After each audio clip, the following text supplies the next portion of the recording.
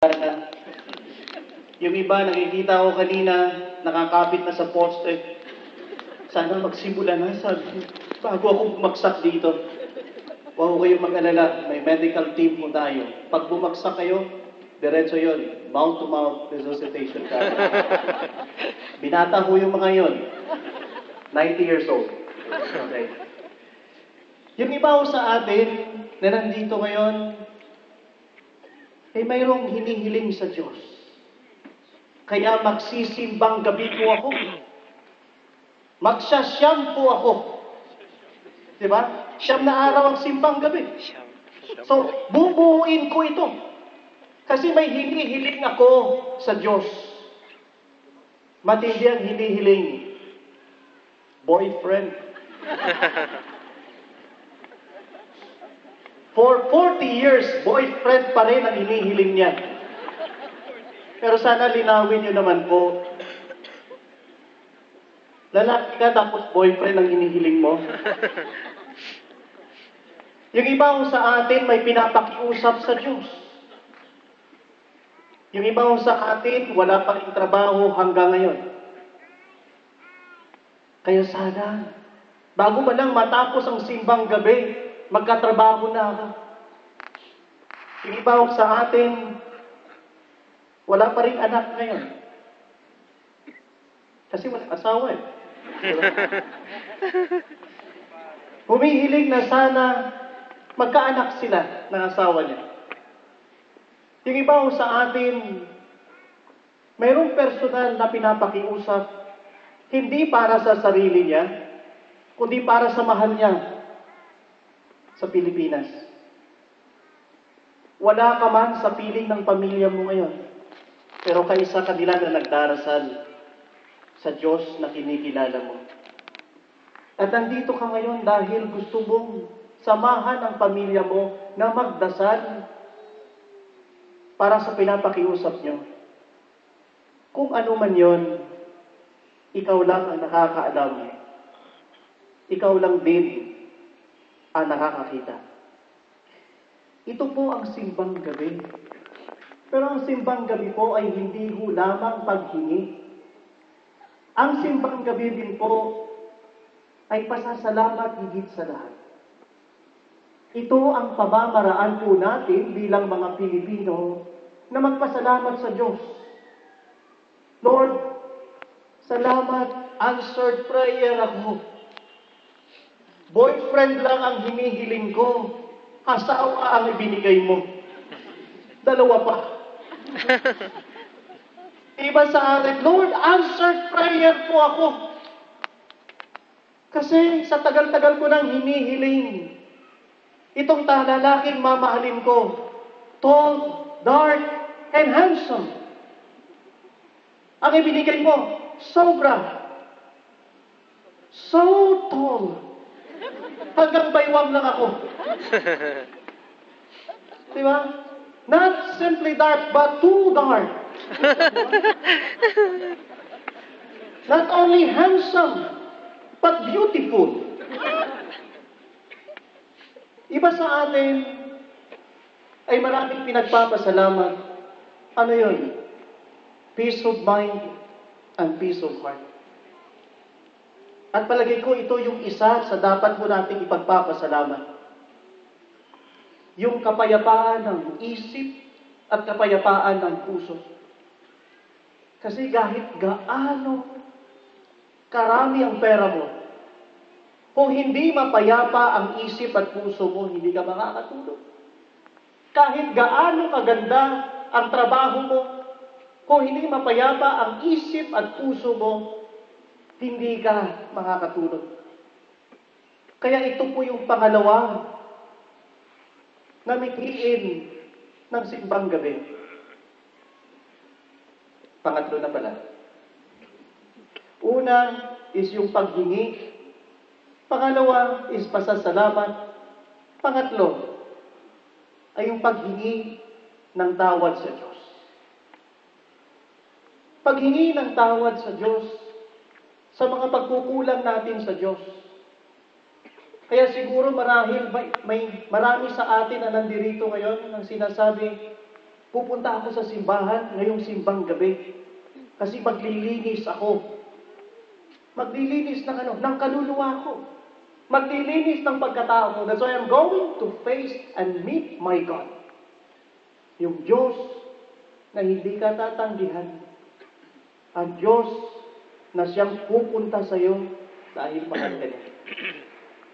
At ito po ngayon, ang hamon po sa atin, na sana itong simbang gabi na ito, nasisimulan po natin ngayon. Pasensya na ho kayo kung medyo seryoso ho ako. Kasi gusto kong magsimula tayo na malinaw kung bakit tayo nandito ngayon. Hindi tayo nandito dahil namamanata lang ho tayo. Hindi ho tayo nandito dahil hindi simbang gabi ito para sa'yo. Simbang tabi. Dahil kung sino yung makakatabi mo, hahanapin mo yan bukas. Dahil nakuha mo na ang cell number niya. At ang Facebook account niya. Nasa simbang gabi na ito, makakabuo ka ng relasyon. Pero hindi lamang po yun. Ang simbang gabi natin ito ay ang ating pagkilala at pagpapasalamat sa Diyos. So sana, uuwi kang kumakanta. Lord, patawad. Di ba? Dahil humihingi ka ng tawad sa Diyos, I hope for this 9 days, yun po ang magagawa mo natin. Hamon sa ating lahat ngayon. Ang Ebanghelyong ipinahayag, nakikilala na si Jesus ay anak ng Diyos at isinugo ng Diyos. Hindi lamang dahil sinabi niya, anak ako ng Diyos. Dahil nakita sa gawa niya na siya nga ay anak ng Diyos. At ganito din po ang pagmamahal ng Diyos, hindi lamang sa salita, kundi ginagawa. Pwede mo bang pakitaas ang kamay ng mga nagmamahal na? Pakitaas ang kamay ng mga nagmamahal na. Okay? Baba niyo na, para kumanto yung katabi niya. Okay? So halos lahat pala tayo. Kung ang isang lalaki nagbigay ng 3 pulang rosas sa babae, anong ibig sabihin nun? Ano yan? Akala ko ba nagmamahal mo tayo lahat? I love you. Ay kung ang isang lalaki nagbigay ng 2 pulang rosas sa babae, anong ibig sabihin nun? I love or? Love you. No. Pari nga ako, alam ko, kayo pa kaya? Ang ibig sabihin nun, I care. O di kaya, mahal kita. Yan. Yo. Paano? Kung ang isang lalaki nagbigay ng 1 pulang rosas sa isang babae, ano ibig sabihin nun?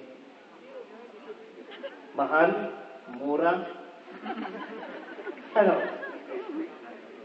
Mahal pa rin niya yung babae. Nagtitipid lang siya.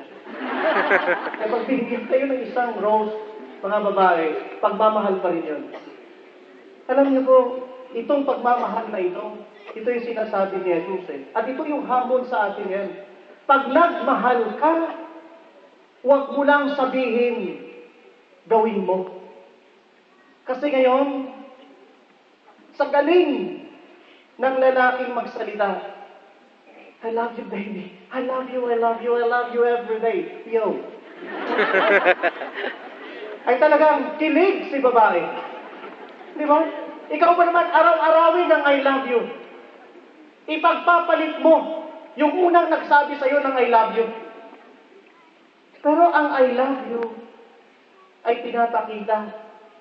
Ang pag-ibig ay ginagawa. Yun ang ginawa ni Jesus.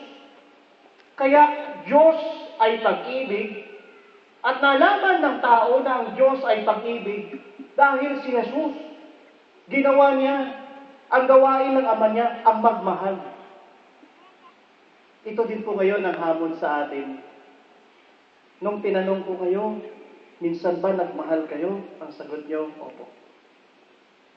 Sana ngayong Pasko, mangibabaw yung pag-ibig na to.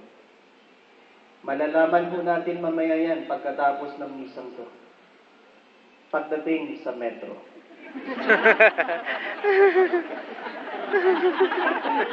Yung nagmamahal, magbibigay. Di ba? Yung hindi nagmamahal sa yung unang makakarating sa bahay nila. Ngayon, malalaman din natin ito mamaya. Pagkumunyon. Siksikan. Unahan. Na akala mo yung katawan Kristo may palaman. Ako muna. Tapos sabi, ay malutong pala. Sige, pila kayo. Mga kapatid, ang pagmamahal nakikita sa gawa. Kaya girls, kung may manliligaw sa inyo sa gabing ito, ano sabihin niya, baby, how are you? Sabihin mo sa kanya, patunayan mo. Patunayan mo na mahal mo ako. Kaya mo bang maghintay? Sabihin niya, opo. Kasi pinapag-aral ko pa ang bunso kong kapatid. Ngayon, buntis ang nanay ko, ka-ultrasound lang, kahapon, kambal. Ako pa rin ang magpapaaral nun. Kaya mo bang maghintay? Sasabihin niya, kaya ko. At ang sagot mo, 35 years old na ako. Napansin mo, balat ko, nanunuyo na. Masal niyo nga yung balat ng katabi niyo.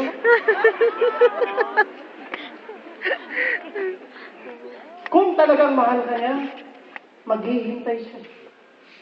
Kung talagang mahal ka niya, patutunayan niya. Dahil ang nagmamahal ay nagsasakripisyo.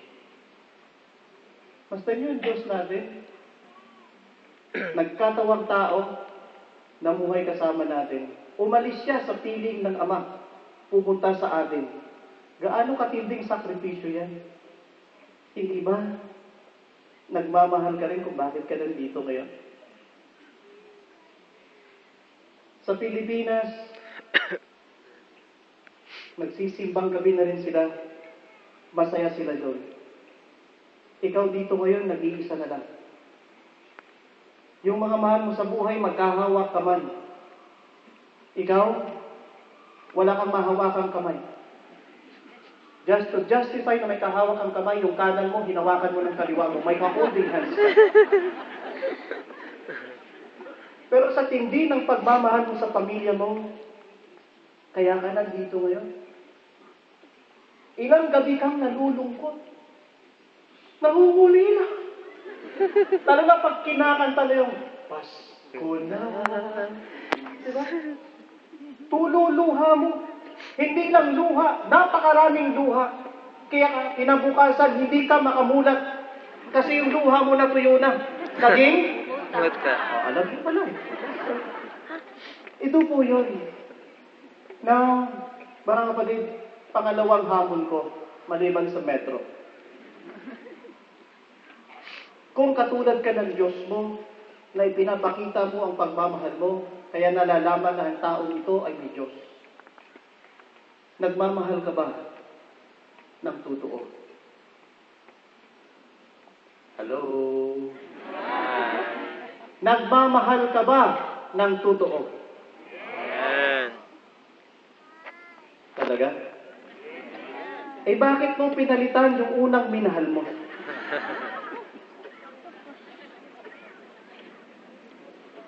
Nagmamahal ka ba ng totoo? Ang nagmamahal kasi ng totoo, masaktan na ako, wag lang ang mahal ko. Pero bakit ngayon ang mahal mo ang nasasaktan at ikaw yung hindi? Noon, pag alis natin ng Pilipinas, ang sabi natin, handa ako magsakripisyo sa mahal ko. Pasensya na. Pero bakit mo isinakripisyo ngayon ang mga mahal mo? Dahil lang sa gusto mo. Hello? Hi! Pasensya na po kayo. Ito po ang mensahe ng Pasko, hindi katulad na sinabi ko ng mga nakaraang linggo, hindi lahat ng totoo masaya. Minsan masakit pero kailangan mo nating malaman. Kasi kung walang magsasabi mo sa atin, baka lumipas na naman ang Pasko ito, nag-exchange gift lang tayo. But we will never give the best gift that God has given to us, Jesus Himself. Ang nagmamahal ay nagsasakripisyo. Ang nagmamahal ay handang masaktan para lang sa mahal niya. Ang nagmamahal ay handang mahirapan. Kaya kung nahihirapan ka ngayon, sabihin mo lang sa sarili mo, nagmamahal lang kasi ako. Kung nasasaktan ka ngayon, sabihin mo lang sa sarili mo, nagmamahal lang kasi ako. Kung nalulungkot ka ngayon, sabihin mo sa sarili mo, ginagawa ko to at tinitiis ko dahil sa pagmamahal ko. Please, nakikiusap ako. Ang Pasko ay pagmamahalan. I hope ngayong simbang gabi na ito, may isang relasyon na nanghihina na magiging malakas. I hope na sa simbang gabi na ito, may isang relasyon na nawala na may babalik. I hope na sa simbang gabi nito, bago magpasko, mayroong pamilyang mabubuo. I hope na sana sa Pasko ito, ang simbahan natin ay magiging masaya kasi lahat po tayo nagsisimula. Tao ka rin tulad ko. Kailangan lang natin magsikap. Yan ang dahilan kung bakit siya nandito sa atin ngayon. Dahil hindi ho natin kaya kailangan ho natin ng kasama. And this God of ours, just because of this love, came to us to prove to us how much He loves us. By coming to us, He is telling us, I'm here for you. Ang isang taong nagmamahal ay nagsasabing, dito lang ako. Sino po ba may cellphone dito? Pakitaas ng kamay. Hindi ko tatanungin yung brand. Okay. Napansin nyo, araw-araw may messages kayo.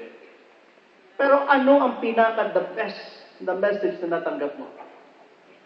Yung minsan may nag-text sa'yo, nagsasabi ka, please pray for me, nahihirapan na ako. Nag-text ang mahal mo sa buhay na nasa Pilipinas. Sabi, nandito lang ako. Ganun lang kaikli. Pero lumpasay ka. Kasi ramdam mo na mayroon kang karamay. Wala man dito yung tao na yun. Pero pakiramdam mo kasama mo siya. Because presence does not require visibility. Hindi mo, nung sinabi niya nandito lang ako, hindi niya sinabing nandyan siya sa tabi mo. Pero ramdam mo, na gumaan ang pakiramdam mo, kasi may karamay ka. Ang dami-daming tao sa paligid mo, pero hindi mo sila karamay. Kaaway mo sila. Yung taong sa tabi mo ngayon, hindi mo siya karamay. Pero nandito siya, naghahanap ng kadamay at ang Diyos niya ang karamay niya. And now God is telling us, nandito lang ako. Kasi mahal kita. Sana mamaya sa komunyon, pagdating ng Diyos sa buhay mo, sa pamamagitan ng katawan at dugo niya, sabihin mo, salamat Lord, at nandito ka pa. Salamat Lord, at hindi mo pa ako iniiwanan. Uulitin ko, presence does not require visibility.